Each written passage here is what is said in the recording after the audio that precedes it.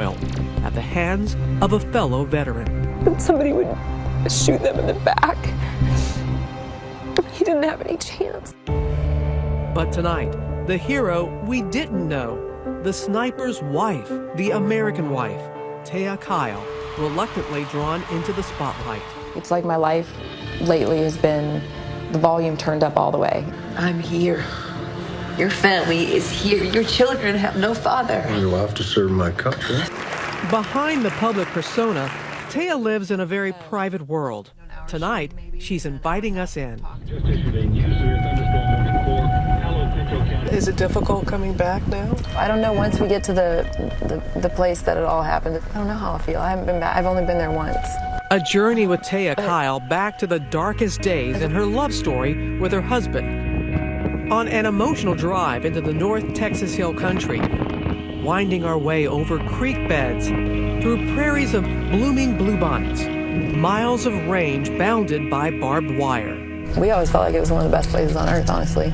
It's so serene. It is. I mean, it's horrible what happened, period, but in such a beautiful, peaceful area. 2020 cameras allowed access for the first time to the scene of the crime that shocked America, the gun range where Chris Kyle lost his life. As a way of comforting myself, in some ways I just thought, well, at least it was maybe peaceful and you didn't see it coming. A brave Taya Kyle about to confront the ghost of an unimaginable loss. You ready to do this? Good.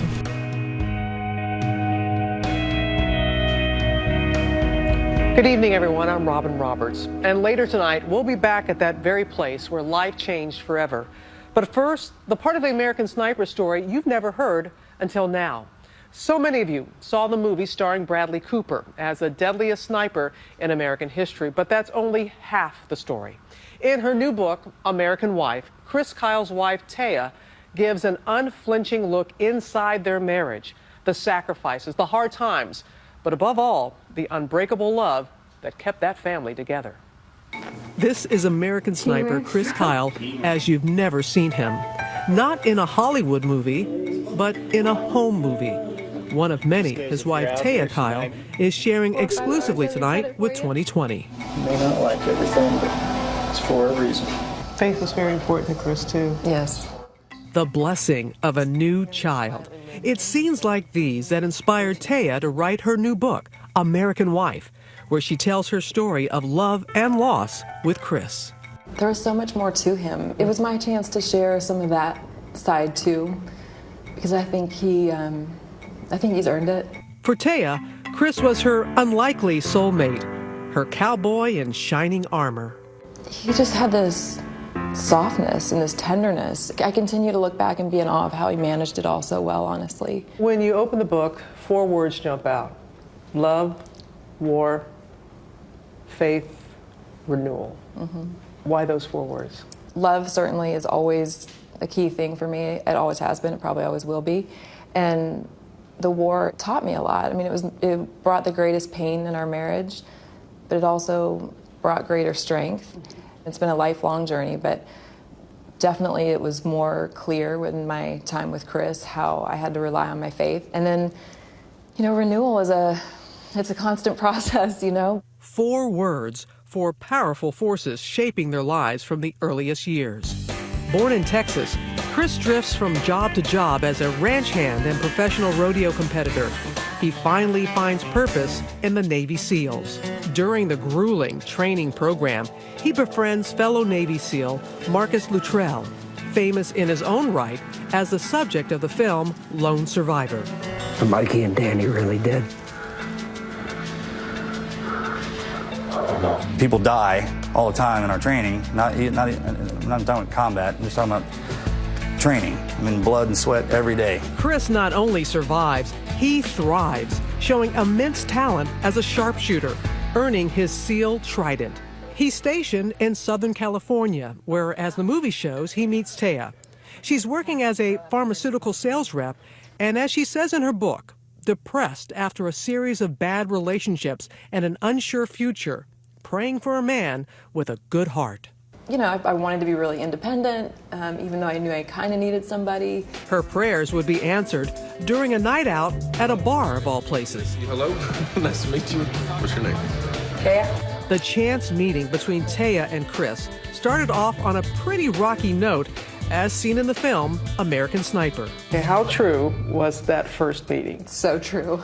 I mean, I drank a little too much, and he held my hair back while I, you know, let it all back out. But Great first impression. yeah, Taya. right? I know. It's such a gentle, tender exchange. And I feel like that was so incredibly true with Chris, and that was what was so intriguing. So yeah, it was funny. So, not exactly love at first sight, or was it? We're in a bar, you know, and he was so genuine and had a depth to him in this really hot body with a cute face. When he told you what it was that he does for a living, I believe you said you didn't want to marry a SEAL. Right. Where are you going? Well, I was just gonna go home because you said you wouldn't date a SEAL, so. Said I'd never marry one. My faith is different now because I think God has a plan. You can really try hard to think you know what's going to happen, but I don't think any of us do. And no, it wasn't my plan, but I'm so glad I did. So when did you know in your heart that he was the one?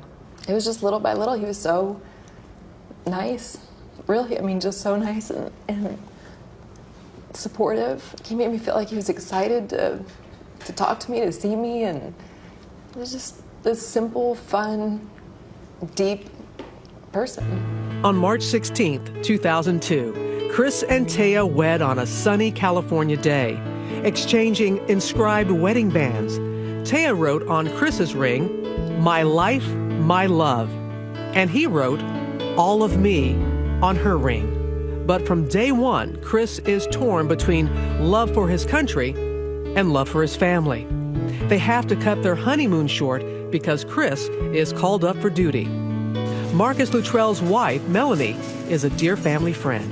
And they loved each other passionately. I think there was a lot of sometimes ups and downs through different events, but they're going to stay strong together afterwards. The struggle between family and military service would continue to test their marriage. But when he is home, Chris is committed to their growing family. A son who Chris immediately nicknamed Bubba. Give me a hug. And a daughter nicknamed Angel. That commitment, undeniable. It's these stolen moments that Taya treasures most. What kind of father was he? Amazing. Truly, I truly don't think there's a better example of what a father should be than him. I can barely think of a day. You know, there may have been less than 10 in our whole lives that I remember him not laughing with those kids, no matter what kind of day he had. Here's a perfect day shot by Taya. Chris roughhousing Navy SEAL style with Bubba, who can't get enough. And a game they called Poke the Bear, which inspired the filmmakers. Like a beast, right? Like what?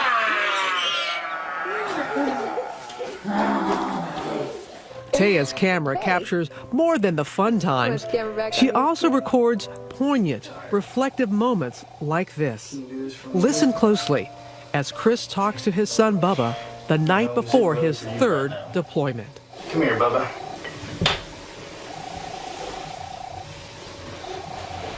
We'll eat 2 more and then you can go to bed. It's just so later.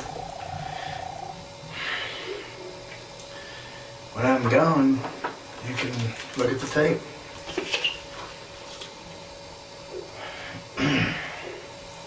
I know when he said, "when I'm gone," he was referring to deployment.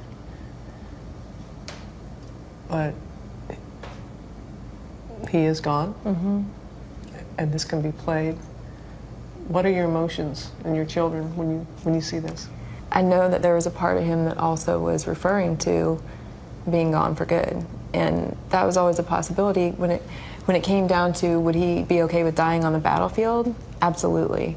But I think in the moments where you're holding your kid and thinking about not being there with them, that's when the pain, comes in. And there was plenty of pain for Chris and for Taya.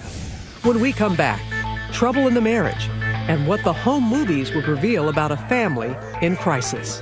What's this year going to bring for you? Sickness, misery, bankruptcy.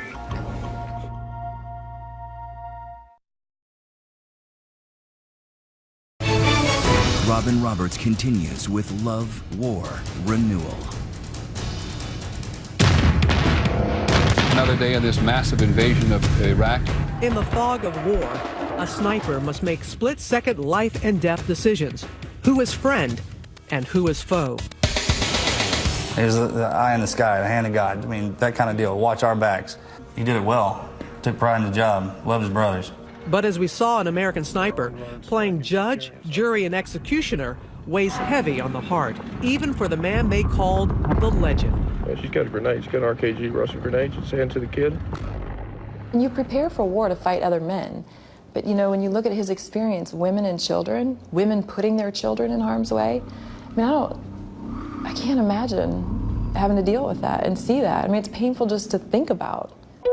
To keep hold of his humanity, Chris keeps in touch with his wife. Taya says he never lost his softer side.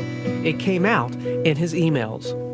He thought you were sexy. I know. Oh, I love how he would end. Yeah. Hey, sexy, and Yeah. just what was that? You know, to read that again and to know that Yeah. he made you feel that way and that he thought that way of you. That's one thing any person can do in their relationship is remind the other person that they find them attractive and, you know, beautiful in their worst moments. And he did that. But emails alone aren't enough to keep a marriage healthy.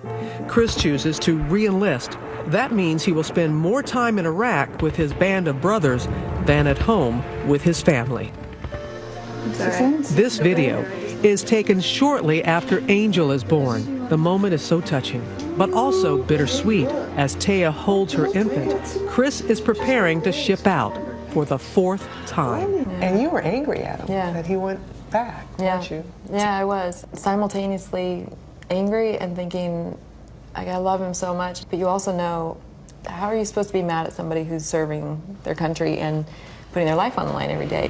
Taya, juggling 2 children and the constant anxiety of a wartime military spouse, is nearing her breaking point. I remember crying to him and saying, I don't want to tell you this. I don't want to tell you this because what if this is the last time that we talk? I don't want to tell you this because I don't want you to worry about it. Screenwriter Jason Hall got close to Chris and Taya while writing the movie American Sniper. I think the challenging part for her was, why is he choosing this over me and over us? By the end of Chris's 4th tour, Taya is no longer willing to share her husband with Uncle Sam. You kind of put your foot down and saying, it's either us or the SEALs. It wasn't just for me and it wasn't just for the kids. This is a guy who would go until there was nothing left, and I felt like he was kind of on the precipice of not having much left. Finally, after 1,000 days in Iraq, Chris is home for good.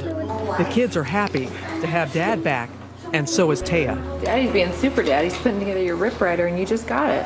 But this video doesn't tell the whole story. Chris is struggling to return to civilian life, a mission as tough as any he's faced. In what ways did it change Chris? Did war change Chris?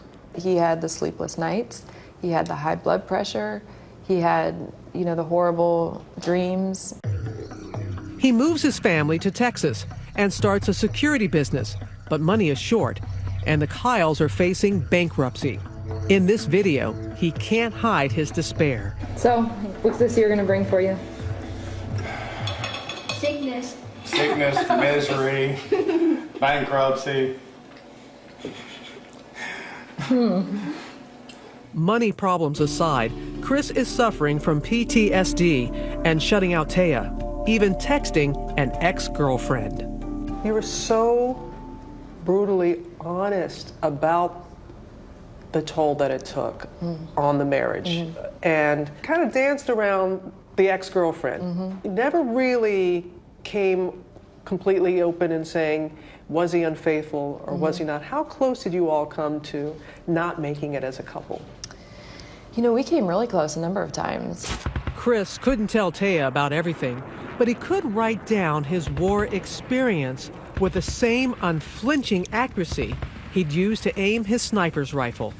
There was a part of him that had to just throw his crap on the table and stand and be accountable for it, not hide from it. The book is a bestseller. Hollywood comes calling. Clint Eastwood signs on to direct Bradley Cooper in the movie version. Cooper knows it's not going to be easy to fill Chris Kyle's size 14 boots. Everything you could possibly want a job to be, something that scares the hell out of you, something that brings you to a different place, but in the end, changed my life, quite frankly. Bradley got to know Chris so well that he improvised by putting the teddy bear on his shoulders. How about kids? You want kids? Yeah, someday. And that just goes to show how much Bradley really got in the heart and mind of Chris. You like country music? Only when I'm depressed. And what about seeing herself on the big screen, played by Sienna Miller?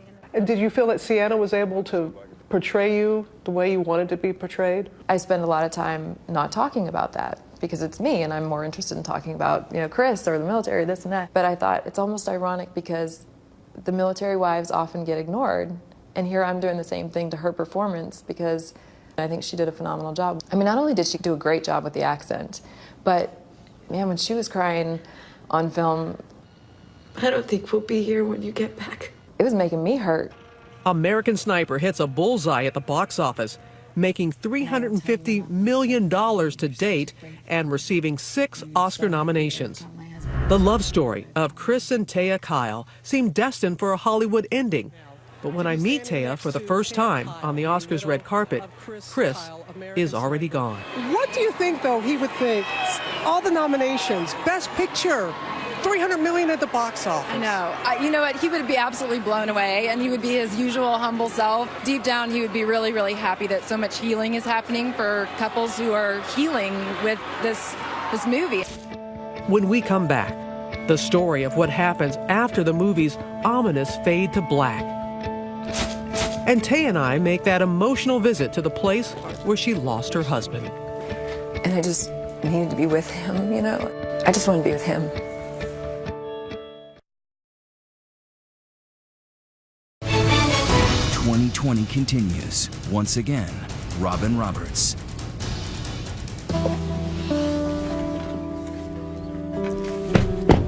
Wow. The moment has arrived. Taya Kyle is finally ready to return with us to the place where Chris was taken from her. When you return here, is it hallowed ground? Is it haunted ground? Is it? I don't know. It's something it's confusing. Yeah. And it's almost unthinkable that somebody would do that right here. Standing here, Taya is brought back to the day everything changed. February 2nd, 2013. We just had our normal routine, kids' sports. It's nearly 3 years after Chris left Iraq, and his war is finally over. Now a best-selling author, he not only has the means to support his family, he has conquered his demons. Here is the family, happy on vacation at the Grand Canyon. Here's Daddy. Home at last, in body and mind. He has even begun helping fellow vets adjust to civilian life, bringing them to shooting ranges like this to relax and open up. You can still make a difference in this nation by the things that you do in your day-to-day life. One life that needed saving, Eddie Ray Ralph, a Marine who served in Iraq and in Haiti after the deadly earthquakes. When he got home, his life spun out of control. Violent episodes, even threats of suicide. Ralph's mother reached out to Chris for help. And even though Chris had never met Ralph, he agrees. Chris was going to go do something charitable and kind and something he really didn't have time for. He's one of those guys that made time. That brisk February morning, Chris asked his best friend, Chad Littlefield, to come with him and Ralph here to the Rough Creek Lodge gun range, a hunting resort about 2 hours southwest of Dallas. But when Chris and Chad pick up Ralph in Chris's big black truck around 1 in the afternoon, Ralph is wary and the feeling is mutual. The strange man in the back seat set off alarm bells for Chad and Chris.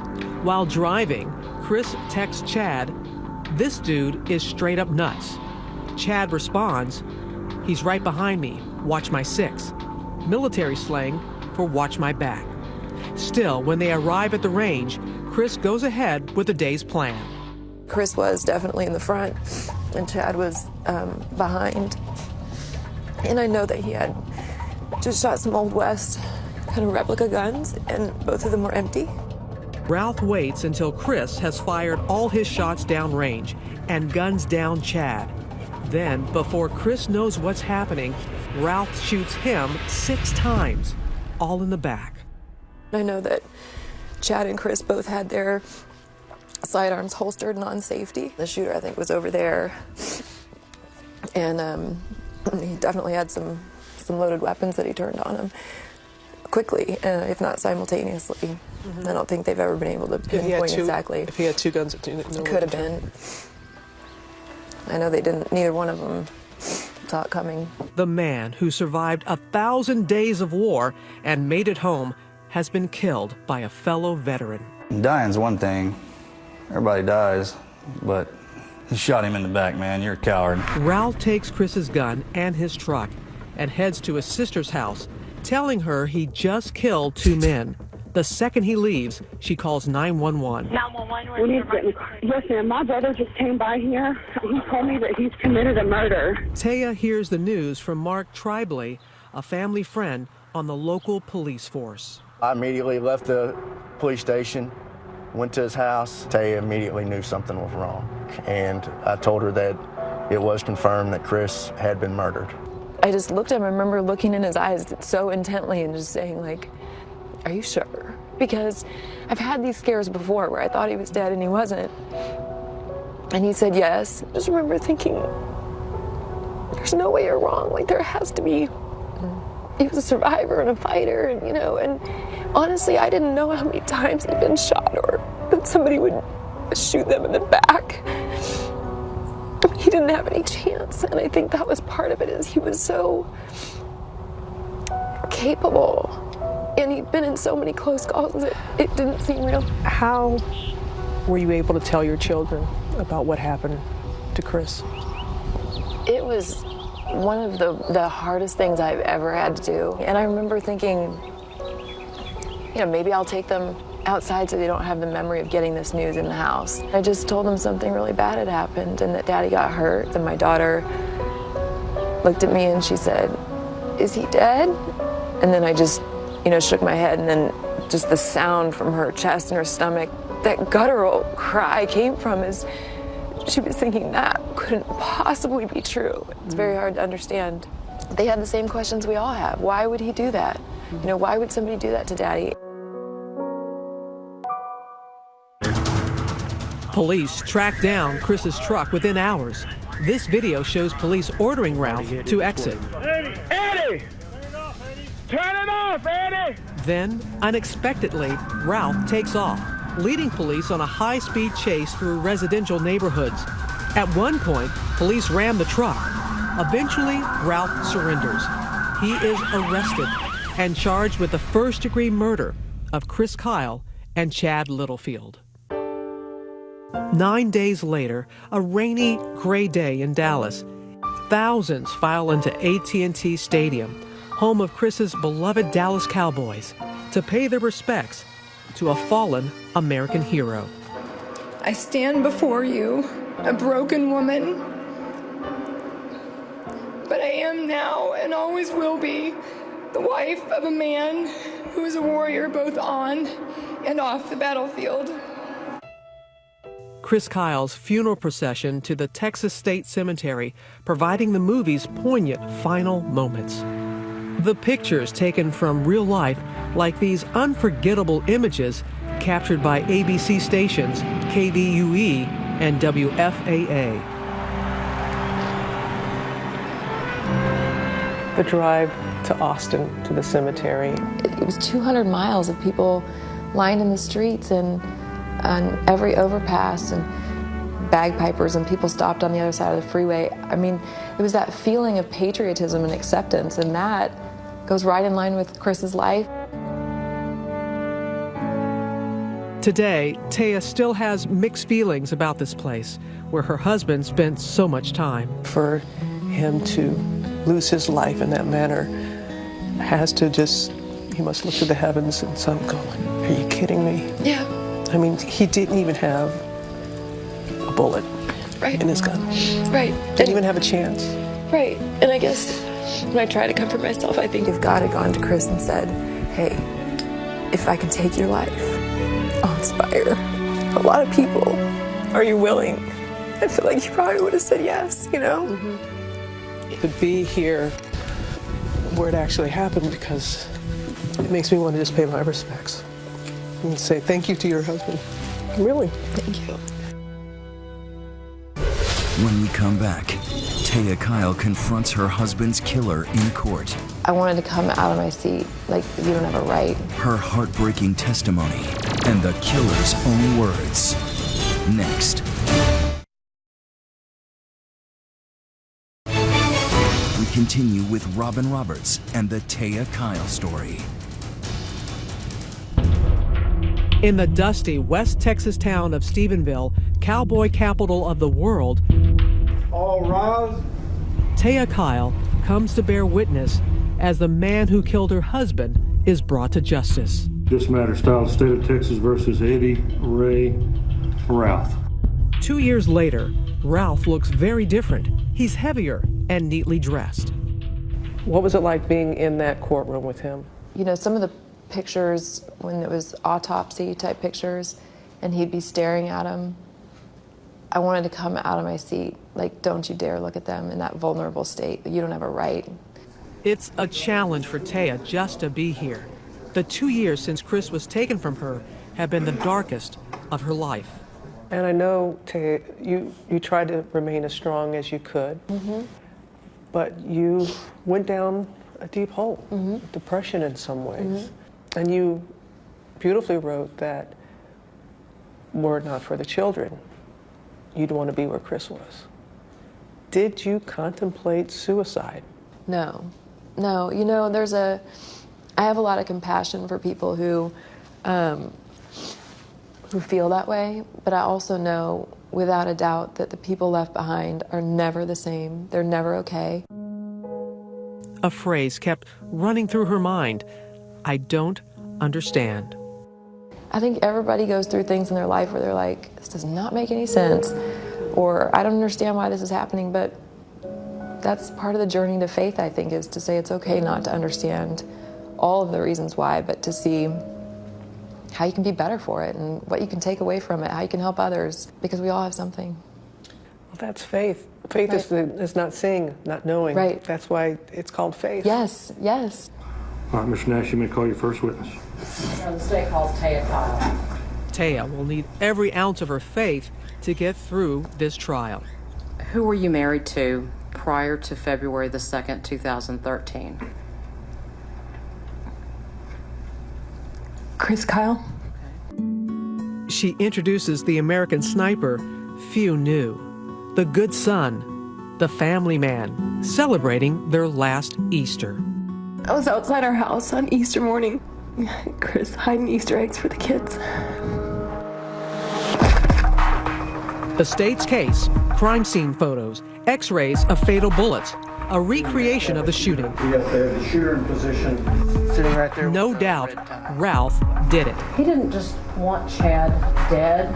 He wanted Chad dead, dead, dead, dead, dead, dead. And he wanted the same for Chris. I submit to you. Eddie Ray Ralph's defense. Psychosis, delusion, schizophrenia. He was crazy. Not guilty by reason of insanity. In and out of mental hospitals 4 times in the 18 months before the killings. Diagnosed with psychosis and PTSD, even though he never saw combat. Doctors prescribed half a dozen or more medications. Your Honor, I offer State's Exhibit 331. He certainly seems to be acting strangely when police interview him the night he was arrested. The ones in the sky are the ones that fly, you know what I mean? The pigs in the world. Schizophrenia. Dr. Mitchell Dunn says Ralph was schizophrenic with delusions of cannibals and strange creatures. You know what I mean? The pigs in the He began to think that both Mr. Kyle and Mr. Littlefield were some type of pig assassins. He was acting in self-defense to kill them before they killed him. Ralph's lawyers say Veterans Administration doctors should have kept him in the hospital. Did the VA fail here? You know, I think there are a lot of issues with the VA. I really do. In this situation, though, you know, this guy manipulated every time he got in trouble. He used some sort of excuse. It is time for The jury heads off with these words ringing in their ears.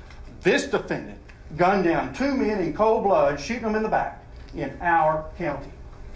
Find him guilty.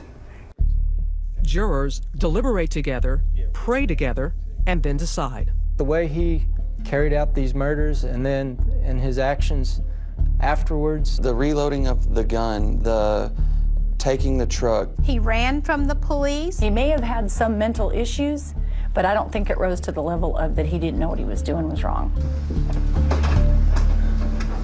I've been advised the jury has reached a verdict in this matter. Is this correct? Mr. Ralph, if you'll please stand. We, the jury, find the defendant Eddie Ray Ralph guilty of the felony offense of capital murder as charged. The sentence is automatic, life without parole. When we come back, can Taya ever forgive? It's a struggle at times. Right. I mean, that he took something. And she considers the possibility of new love. But you even said, Taya, that you heard Chris saying he wants you to allow yourself to find another love. Stay with us.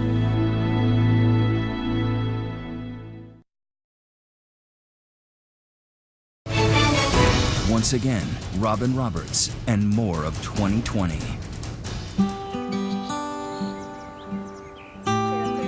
This is your home. You're very private about it, and rightfully so. It is springtime in Texas, and Taya Kyle invites us to her new home. So are you at peace here? It is peaceful, and I feel like it's a real blessing that I can wake up in the morning and, you can hear the birds chirping and the trees. The trial seems far away, but her feelings about the man who took her husband's life are ever present. I had a friend tell me, showed in the Bible that there are stories where he forgives the person immediately, but there's still a consequence for their actions, and sometimes it's long term. And I needed to hear that because I was thinking forgiveness meant it's okay. No, forgiveness, and that's the thing. When you don't forgive, you're hurting yourself, not that person. Because you feel like if you're forgiving that person, that you're letting them off the hook. Right. No, you're not. Right. Taya may still struggle with forgiveness, but the hate is behind her. That's why God tells us not to hate, because the moments where I had just disdain, disgust, like any focus on that person, it hurt me. In this new season, time for a new purpose. Taya is committed to keeping her husband's legacy alive. Welcome to Lubbock, Texas. We travel with her to Lubbock, Texas, where she speaks with kids at Trinity Christian School. Hi, how are you? Hi. I'm Taya. Nice to meet you. Hi. Hi, what's your name? Ezra. After taking care of unlaced sneakers, she takes questions. What do your kids say when they hear their father is a hero? I think that they know that all of our service members are heroes. And they also know that sometimes just having a mom and a dad who love you, that's really just as important, and maybe even a bigger reason to call somebody a hero. There's Q&A with some high school kids, taking time for pictures with anyone who asks. Taya meets 2 young men who will soon be serving the country. Yeah. John Beck is headed to West Point. Nice to meet you. Wow. I feel like crying. I don't know why it's emotional, but I wish the best for you guys, and I'll be praying for you. Just don't lose yourself. Don't be afraid to talk about it if it gets hard, 1,500 people come to see her for a fundraiser that night. There's no speech, she just tells her story. In my darkest hour, the littlest things made the difference. It was the people who didn't have the words, but just showed up to hold my hand or give me a hug. They auction off a rifle, an autographed copy of Taya's new book, and a hunting dog. 14-week-old female black lab. You know what her name is? Sniper. And I've got a couple of guys that know they're alive because of Chris. Thank you for telling me that. They raise $100,000 for the Chris Kyle Frog Foundation. The money will go to help take care of veterans and first responders. Back home, Taya takes me to see a special place on the property, the stable. It's kind of fitting with everything we've read about Chris. He was a cowboy. Right. Cowboys have horses. Right. His spirit is something that it's important to me to keep that alive for the kids. And, you know, they've been robbed, but I'm going to do my part to try to help them know their dad through different experiences. And horses might be one of them, you know? Look at you, looking good. Did you ever think you'd marry a cowboy? No, but it was exciting. I never probably thought a cowboy would want me, but... Before we say goodbye, Taya and I find time to go riding. And I'll tell you right now, neither one of us is getting on any wild horses the way Chris Kyle once did. What is it that you like about riding? Well, I love the fact that the animals have that. I feel like there's sort of a spiritual sense to them, and I like the peace of it. I just think they're magnificent animals, you know?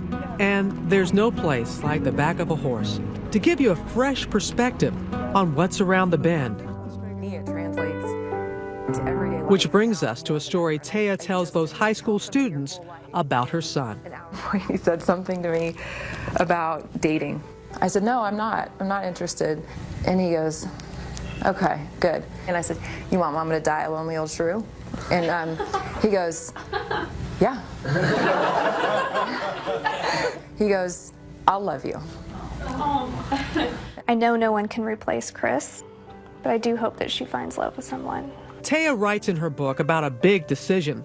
She says she took off her wedding ring and moved it to her right hand. So we were in for a bit of a surprise when we sat down to talk. I've been trying to look at the rings, which, you know, because you talked about switching hands with the rings. So it's back on the left. It's back on the left. The wedding band is back on her left hand, right where Chris Kyle put it 13 years ago. So why is it back on the left? I knew it. I know, I just couldn't do it. I just, you know, I kept it on the right for quite a while. But you even said, Taya, that you heard Chris saying he wants you to be able to allow yourself to find another love. I do believe it, and I can allow for that possibility that the love I have for Chris doesn't have to change. It's just not what I wanted, you know? 2 steps forward, 1 step back, but she'll get there. And wherever she goes, whoever she may meet, she'll never forget, as her favorite Randy Travis song put it, the man who whispered her name. I heard a night bird call to its name when I heard you whisper my name. You said that song captures what Chris was all about. How so? It's just this quiet presence of somebody who knows you. It means you have an intimacy with somebody that saves you. And he did save me. I still heard you whisper my name. And we are all looking forward to what's next for Taya. Her book, American Wife, will be released this coming Monday, and she'll also join us live on Good Morning America.